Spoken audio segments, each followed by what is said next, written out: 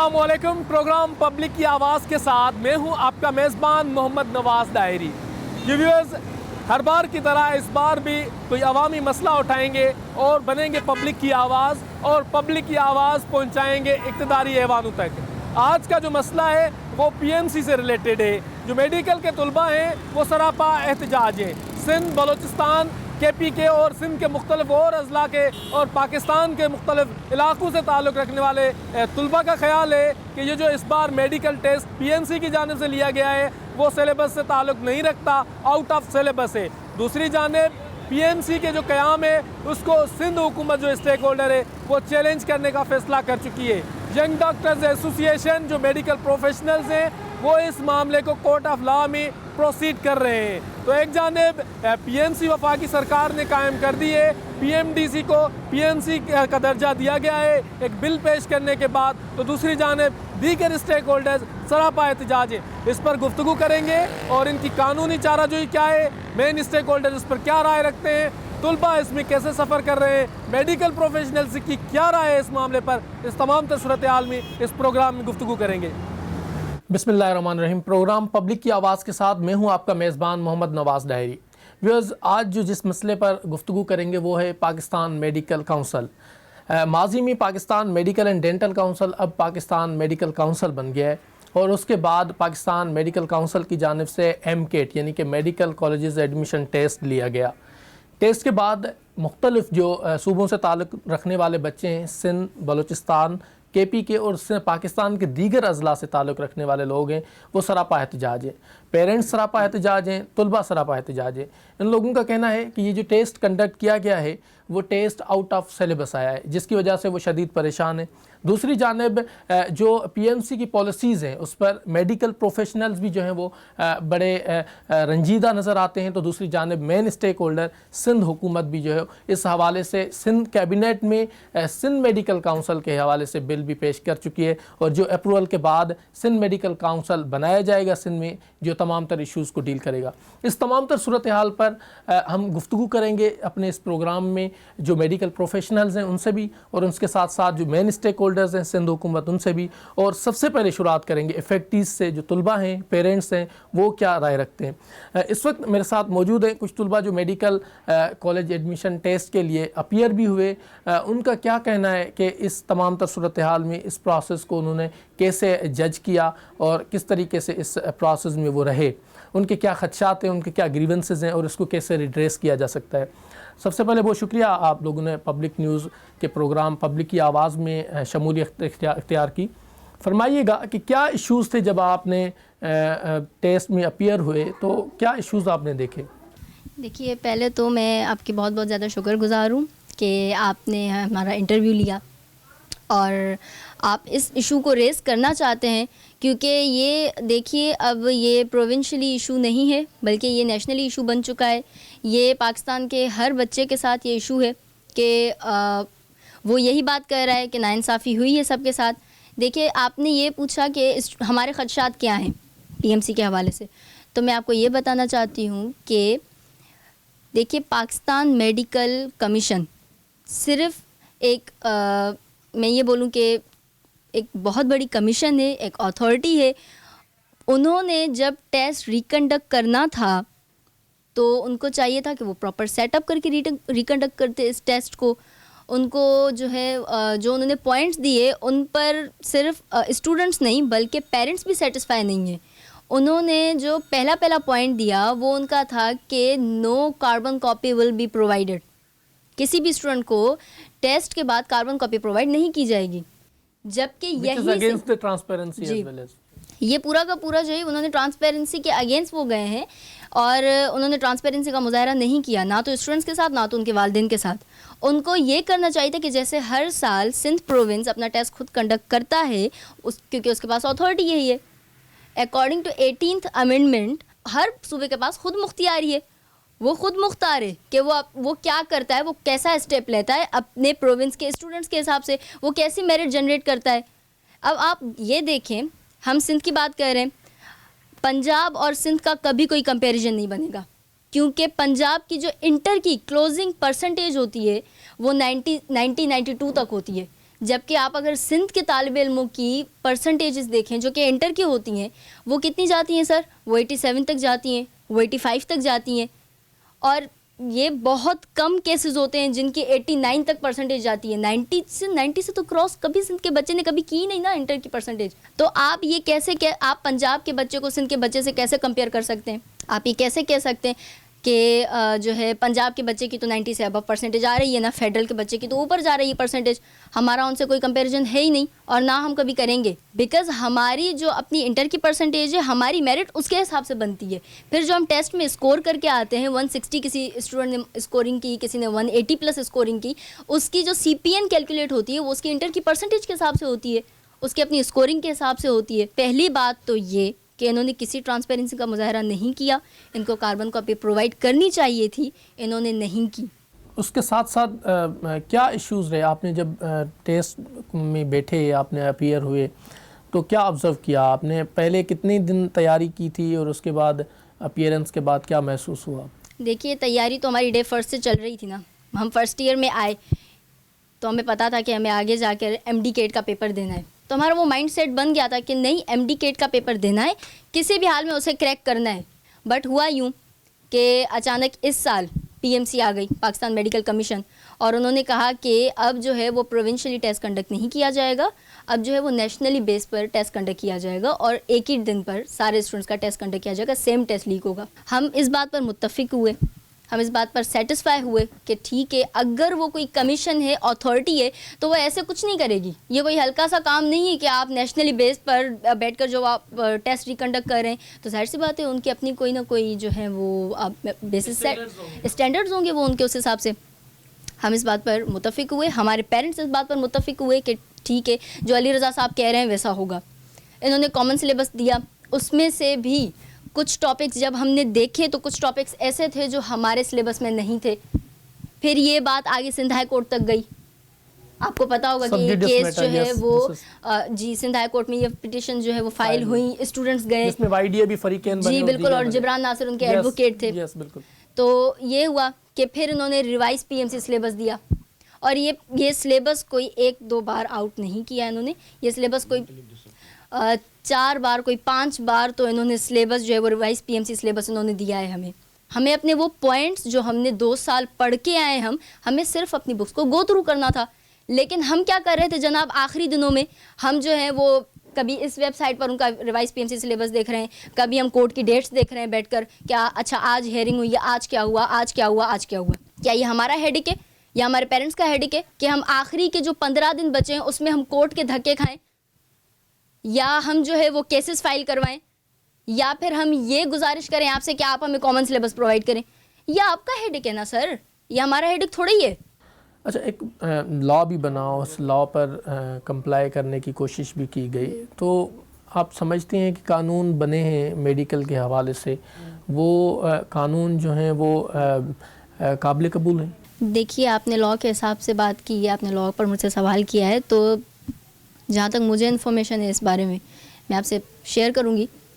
देखिए, लॉ बना है जो मेडिकल की हर फील्ड को या ऐसे स्टूडेंट्स को जो है वो इम्पोज करता है, मतलब ठीक है, ऐसे इंस्टीट्यूशंस को इम्पोज करता है ये लॉ। इसका नाम क्या है? Medical tribunal act. Judiciary and powers of medical tribunal act में कहा क्या गया है?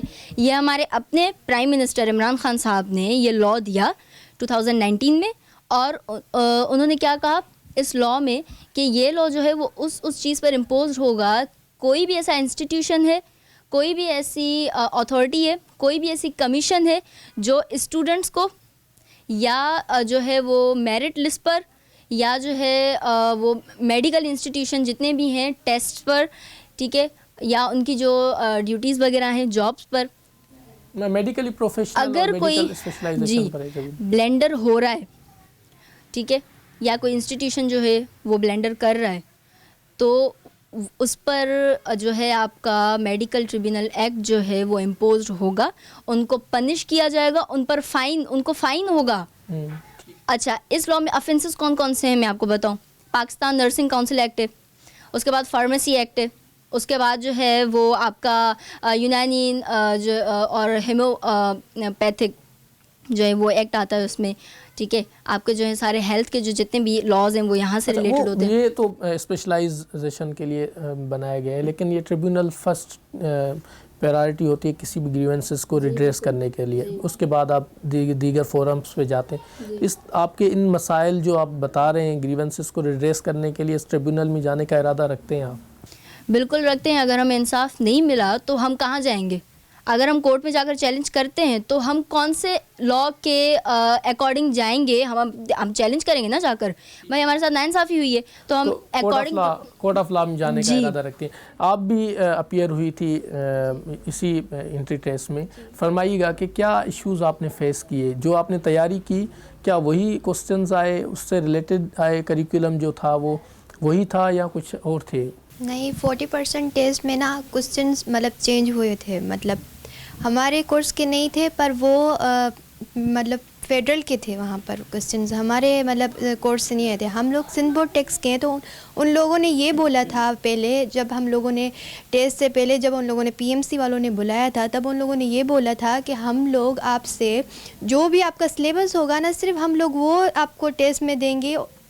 फिर जब हम लोग वहाँ पर गए, टेस्ट दिया हम लोगों ने, तो उनमें से 40 जो हमारे MCQs हैं जो हमने पेपर में देखे वो टोटली चेंज थे और वो फेडरल बोर्ड के थे वहाँ पर। और वहाँ पर जो इन्विजिलेटर्स हैं वो भी अनएजुकेटेड, मतलब इतने उनकी एजुकेशन नहीं थी वहाँ पर, मतलब सही तरह से उनको गाइड नहीं किया था उनको। ट्रेंड नहीं थे आपका? जी, ट्रेंड नहीं था वहाँ पर। रोल नंबर्स में हमें बहुत मतलब ढूंढने में बहुत वहाँ पे तकलीफ़ हुई कि मतलब रोल नंबर्स कोई ऐसा मतलब कुछ भी ऐसा सिस्टम कुछ भी ऐसा नहीं था, कोई गाइडलाइन नहीं थी। अच्छा, तो क्या महसूस किया जब आपने देखा कि वो आउट ऑफ सिलेबस भी था और जो तैयारी की वो तो रिलेवेंट भी नहीं था मटेरियल? तो मेंटली डिसऑर्डर होता है, मेंटली स्ट्रेस का शिकार होता है बंदा। आप उस वक्त क्या सोच रही थी जब इतनी अचानक इस तरीके से आउट ऑफ सिलेबस आया? सर, जैसे ही हम लोग वहाँ पर गए तो हम लोगों ने जैसे ही पेपर चेक किया तो हम लोग पूरा वहाँ पर नर्वस हो गए, क्योंकि 40 MCQs ऐसे थे जो हमारे कोर्स से आउट ऑफ थे। और जाहिर सी बात है हम लोग वहाँ पर प्रॉब्लम फेस हुई थी हमें, तो इसलिए मतलब वो पेपर्स में जो तो आपका कहना है कि ये, या आप दोनों का कहना है कि ये आउट ऑफ सिलेबस थे? और वहाँ पर जो बैठे हुए थे सब लोग, कितने लोग बैठे हुए थे वहाँ? बहुत ज़्यादा बड़ी तादाद में बैठे हुए थे वहाँ। तो वो सब लोग कह रहे थे आउट ऑफ सिलेबस? जी, सब बोल रहे थे आउट ऑफ सिलेबस है। मतलब वहाँ पर इन लोगों ने ये भी बोला था जो ऑब्जेक्शन फॉर्म हम लोग आपको देंगे, वहाँ पर हम लोगों ने उनसे मांगा भी कि ऑब्जेक्शन फॉर्म दें। उन लोगों ने हमें ऑब्जेक्शन फॉर्म नहीं दिया। हम लोगों ने उनसे मांगा भी, फिर भी उन्होंने नहीं दिया हमें ऑब्जेक्शन फॉर्म। आप फाइनली आप बताइएगा, आप जो कंसर्न मिनिस्ट्रीज़ हैं, कंसर्न लोग हैं, उनसे क्या अपील करेंगे इस पब्लिक न्यूज़ की प्लेटफॉर्म से? हम स्टूडेंट्स हैं, हमारी अपील है सिंध गवर्नमेंट से और CM मुराद अली शाह हैं, हेल्थ मिनिस्टर डॉक्टर अजरा फजल पेचू, आप सबसे, बिलावल भुट्टो, आप सब लोगों से अपील है, हम आपके सिंध के नहीं बल्कि पूरे पाकिस्तान का मुस्तकबिल है। हम जब आगे जाकर MBBS कर भी लेंगे और अगर हम स्पेशल सर्जन डॉक्टर बन भी जाएंगे तो आपके पाकिस्तान का नाम रोशन होगा सर, सिर्फ हमारे वालिदैन का नाम रोशन नहीं हो रहा है यहाँ पर। अब पेरेंट्स भी हमारे साथ मौजूद हैं और कोशिश करेंगे, पेरेंट्स से भी पूछेंगे कि बच्चों ने इतनी मेहनत की, उसके बावजूद जो है वो क्या सूरत हाल रही। तो फरमाइएगा आपके क्या सूरत हाल रही बच्चों के जब रिज़ल्ट्स आए और तमाम तर? बड़ी मेहरबानी, शुक्रिया पब्लिक न्यूज़ का कि आपने हमें मौका दिया हमारे बच्चों को, क्योंकि ये पाकिस्तान का फ्यूचर है। ये बच्चे सिंध का फ्यूचर नहीं, पाकिस्तान का फ्यूचर भी है। कॉज ऑफ एक्शन तो यहीं से क्रिएट होता है ना, कि जब आपको कार्बन कापी प्रोवाइड नहीं की गई, ये कॉज ऑफ एक्शन है। आपकी मेला फाइडी यहीं से शो होती है कि जब आप उस चीज़ को छुपा लें जो मैंने आपको दी हुई हो, तो फिर आप बोल रहे हैं कि हमने पॉलिसी बना ली है। भाई, पॉलिसियाँ जो बनती हैं, जो अथॉरिटियाँ बनती हैं, जो ऑर्गेनाइजेशन बनती हैं, वो आपके अकॉर्डिंग टू कॉन्स्टिट्यूशन के ऊपर बनती है ना, या आप कॉन्स्टिट्यूशन को कॉन्स्टिट्यूशन के फंडामेंटल राइट्स के मुताबिक बनती है, या आप उसको बाईपास करके बनाएंगे, नल एंड वाइड हो जाएगा। तो आप पढ़ें, कॉन्स्टिट्यूशन पढ़ें, आर्टिकल 19 ने क्या कहता है वो पढ़ें आप। राइट टू इन्फॉर्मेशन है, राइट टू इन्फॉर्मेशन है ना। तो हर सिटीजन को, आप लॉ अबाइडिंग सिटीजन है, क्या हम सिंध वाले नहीं है? हम भी लॉ अबाइडिंग सिटीजन। आप कॉन्स्टिट्यूशन को बाईपास करके पॉलिसी को ऐसे बनाते हैं कि भाई आपने तो सब कुछ दे दिया हम, लेकिन हम आपको दिखाएंगे कुछ नहीं। हम जो बोलेंगे वो आपको मानना पड़ेगा। इससे ज़्यादा डिक्टेटरशिप कौन सी होती है? तो आपने कमीशन को अप्रोच की कि आप दिखाएं हमें? बिल्कुल, ईमेल्स किए, सब कुछ किया है, कोई रिस्पॉन्स नहीं। बच्चों ने 20-20, 25-25 मतलब ईमेल्स किए, ग्रुप तो देखें आप बच्चों के। तो हम तो कोशिश कर रहे हैं कि यार कहीं ना कहीं किसी न किसी ये सीधे रास्ते पे आ जाएं। अब मैं तो यही आपसे रिक्वेस्ट करूंगा सिंध गवर्नमेंट से कि अगर सिंध गवर्नमेंट स्टेप उठा रही है, तो ये उनके बच्चे हैं सारे, तो अगर उठा रही है तो ये बच्चे सारे उनके साथ हैं। और यूनिवर्सिटी वाले जो उस्ताद हैं, टीचर हैं, ये जो वीसीज़ हैं, ये भी इन बच्चों का सरमाया है और ये बच्चे उनका सरमाया है। अगर ये उनके साथ मिलकर चलते हैं, बाकी हम वकला हो गए, ये जो भी मीडिया वाले दोस्त हैं वो सारे आ जाएंगे, वो तो हम रेडी हैं। तो खुदा अच्छा, अब सिंध हुकूमत से तो डिमांड कर रहे हैं, लेकिन जो वफाकी सरकार है वो भी हमारी सरकार है एज़ पर द कॉन्स्टिट्यूशन, तो आप उनसे कोई डिमांड करते हैं? वज़ीर आज़म से, उनसे हम डिमांड, उनसे रिक्वेस्ट कर रहे हैं हम पीएमसी से कि भाई ये आपके बच्चे हैं, खुदारा आप इनका फ्यूचर तबाह न करें। और जो बच्चे अगर आपको बोल रहे हैं, आप बोल रहे हैं हम रिकाउंटिंग 1 घंटे में 2 घंटे में करवा देंगे 1,21,000 की, तो आप 1,21,000 के अपना चले, कार्बन कापी आपके पास नहीं है ना, तो इनका रोड नंबर के साथ वो आंसर की अपलोड कर दें, वो आंसर की अपलोड कर दें। आप कार्बन कापी आप प्रोवाइड नहीं कर सकते 1,21,000 की, क्योंकि वो उस टाइम आपने दी नहीं, तो वो कार्बन कापी तो होगी नहीं अभी, तो वो अपलोड कर दें आप। नहीं तो ये रिकंडक्ट आपको फ़ायदा तब होगा जब ये सिंध गवर्नमेंट खुद लेगी, ना कि ये पीएमसी लेगी। पीएमसी तो आपको मैंने बताया, पीएमसी तो है ही, अब उसका जो उन्होंने तो खुद कॉन्स्टिट्यूशन की वायलेशन की है, तो वो तो इलीगल है, उसको तो हम मानते ही नहीं है। अगर चले फ़र्ज करें उन्होंने कोई बनाया तो अपने कॉन्स्टिट्यूशन को वायलेशन नहीं करें ना, उस पर आ जाए ना। आप जो कॉन्स्टिट्यूशन बनाया उस पर आप राइट टू इन्फॉर्मेशन की दी आपने, कुछ स्टूडेंट्स को नहीं दी आपने, तो ये नल एंड वाइड हो गया। जी बहुत शुक्रिया। आप पेरेंट्स का भी बहुत शुक्रिया, और आप जो तलबा हैं उनका भी बहुत शुक्रिया। जी व्यूअर्स, हम गुफ्तगू कर रहे हैं पीएमसी जो पाकिस्तान मेडिकल कमीशन ने उनकी जानिब से जो एंट्री टेस्ट कंडक्ट किया गया है उस मामले पर। और अभी लेते हैं छोटा सा ब्रेक, और ब्रेक के बाद जो मेडिकल प्रोफेशनल्स हैं उनसे गुफ्तगू करेंगे कि वो क्या राय रखते हैं, और सिंध हुकूमत के किसी नुमाइंदे से भी गुफ्तगू करेंगे कि इस तमाम तर जो इशू है उस पर उनका क्या ख्याल है। अभी लेते हैं मुख्तसर ब्रेक।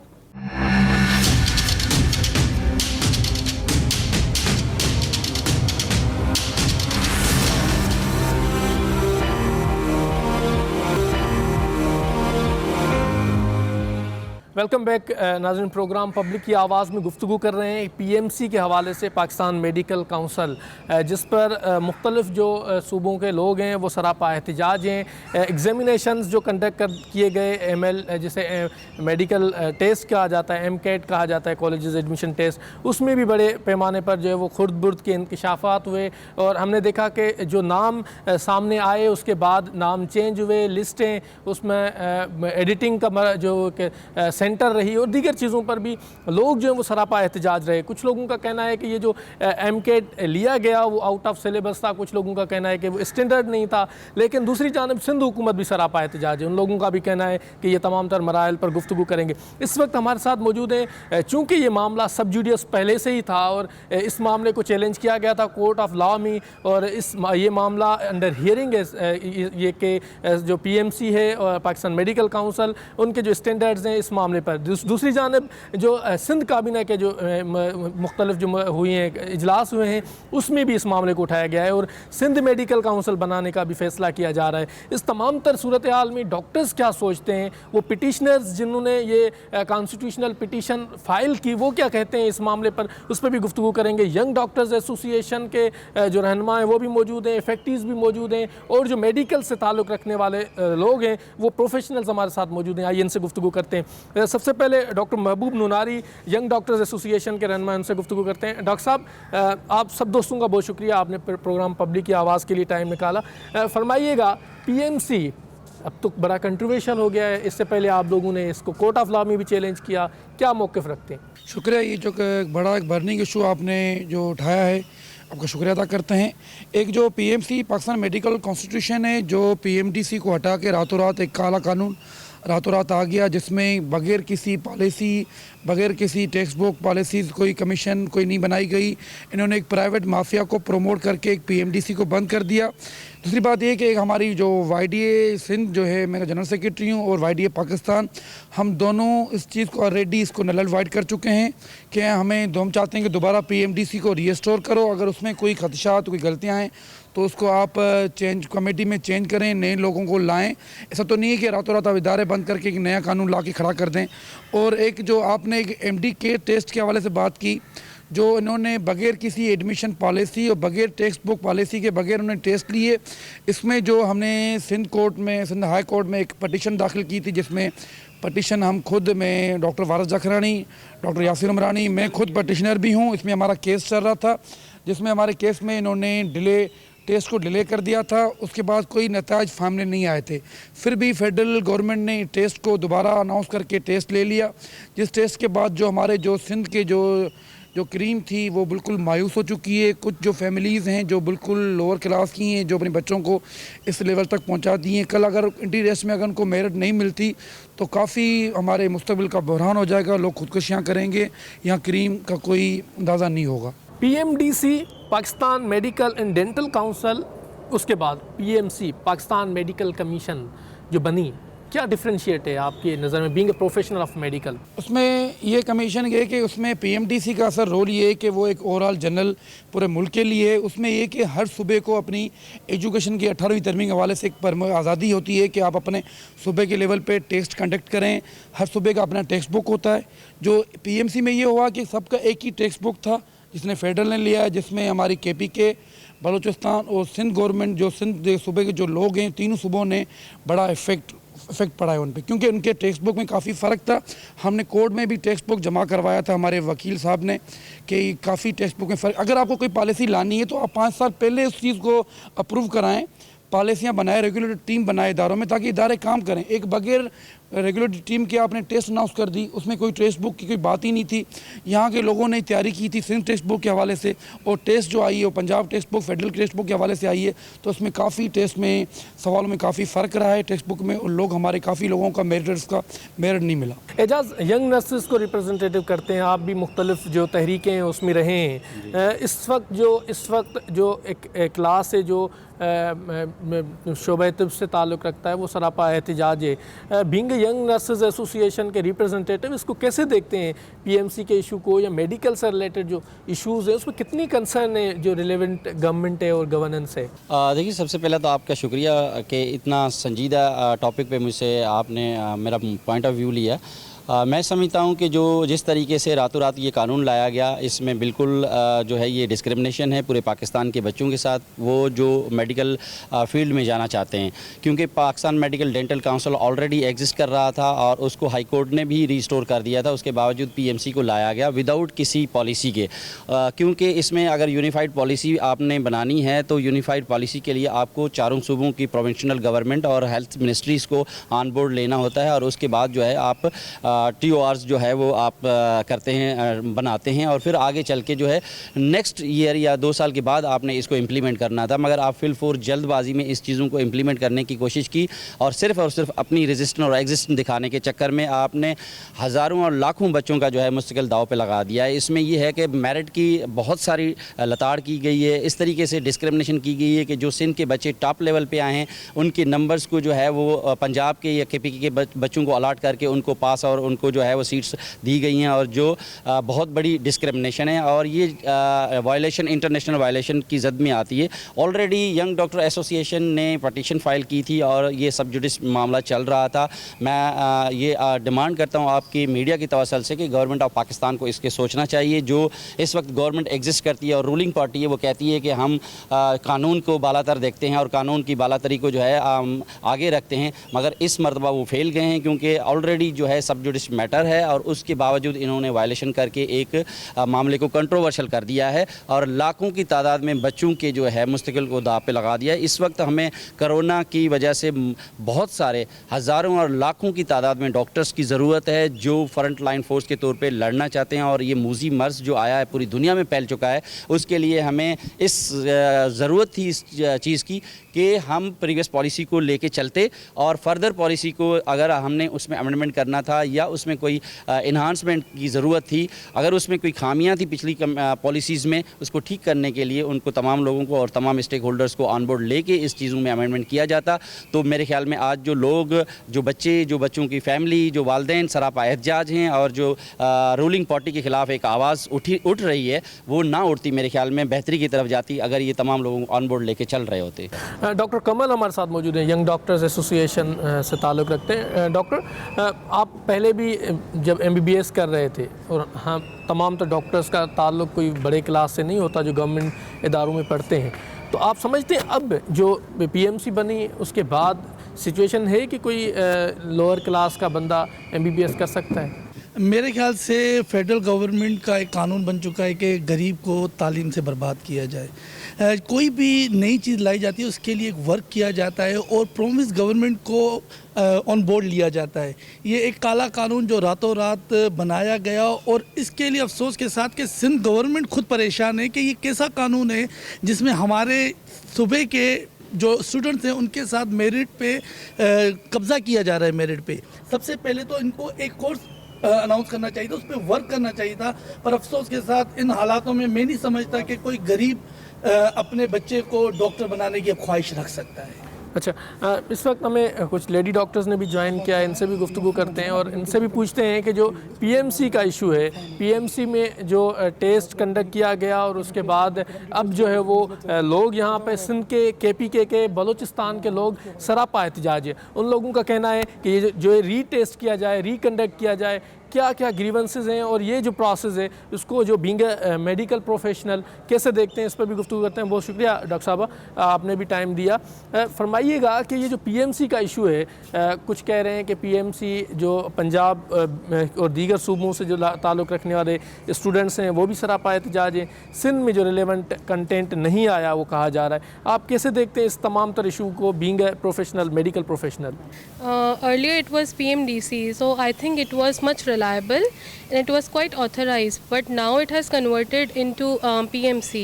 So I think इस वजह से काफ़ी ज़्यादा फ्लॉज हुए हैं और जो एग्ज़ाम हुए हैं उसमें स्टूडेंट्स काफ़ी ज़्यादा अनहैप्पी हैं with the results coming out, and I think उनको वापस से रीटेस्ट होने चाहिए और PMDC वापस कन्वर्ट होनी चाहिए बिकॉज वो ऑथराइज भी थी और वो रिलायबल भी था। आप फरमाइएगा, आप भी यहाँ पर प्रैक्टिस कर रहे हैं, तो क्या समझते हैं कि इन इश्यूज़ को किस तरीके से रिड्रेस किया जा सकता है?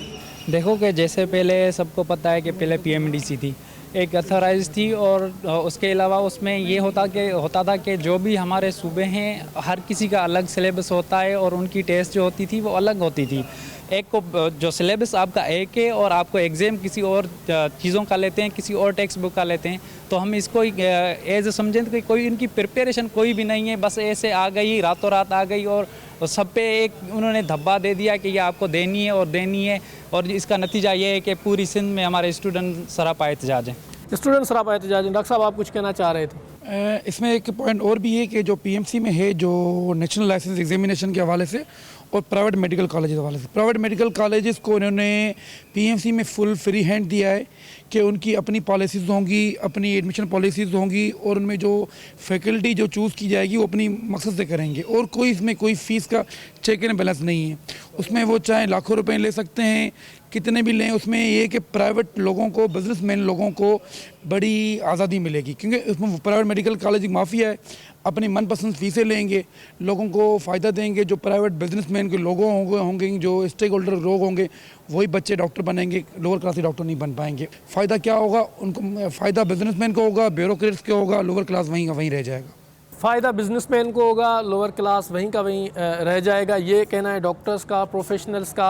इनकी जानिब से इस मामले को पिटीशन के सूरत में लिया गया है और इस पर जो है वो काम भी किया जा रहा है कि किस तरीके से इसको हल किया जाएगा। बहरहाल हमने कोशिश की कि जो इफ़ेक्टिव्स हैं, जो इस मामले में डायरेक्टली इफ़ेक्टिव्स हैं, उनसे भी गुफ्तगू करें। जो मेडिकल प्रोफेशनल्स हैं वो भी बताएं हमें कि किस तरीके से जो है वो इस तमाम तर मसले को रिड्रेस किया जा सकता है। सिंध हुकूमत से भी गुफ्तगू करेंगे और उनसे भी जानेंगे कि वो क्या मौक़िफ़ रखते हैं इस तमाम तर मामले में, किस तरीके से PMC का जो मामला है और MCAT जो मेडिकल कॉलेज एडमिशन टेस्ट लिए गए इस तरीके को से किस तरीके से तमाम तर लोगों के जो ग्रीवेंसेस हैं रिड्रेस किए जा सकते हैं। इफेक्टिव से बात की, मेडिकल प्रोफेशनल से बात की है और सिंध हुकूमत से भी बात करेंगे।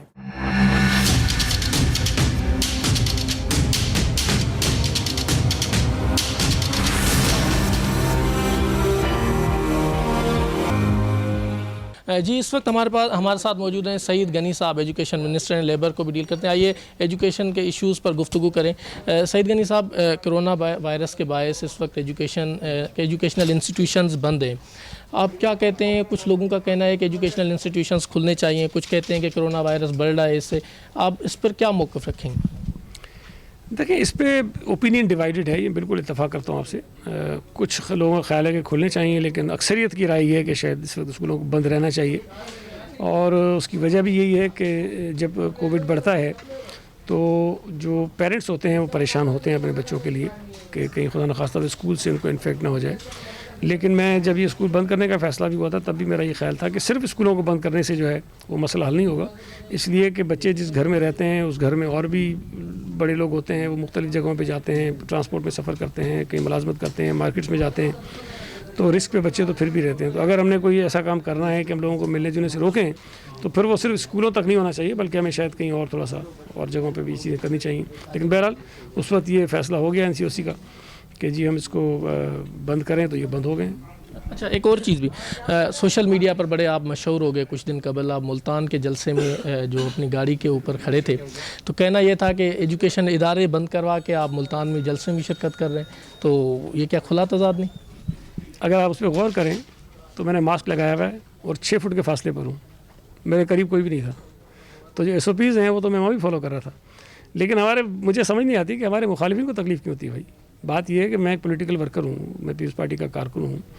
अगर पीपल्स पार्टी का कोई इवेंट होता है तो जाहिर है मैं वहाँ जाता हूँ, लेकिन बात यही है, मैं वही कह रहा हूँ ना कि अगर SOPs पे अमल दरामद कर रहा हूँ तो उसमें आप देखें कि मेरे 6 फुट आसपास कोई नहीं है मैं अकेला हूँ, मास्क मैंने लगाया हुआ है।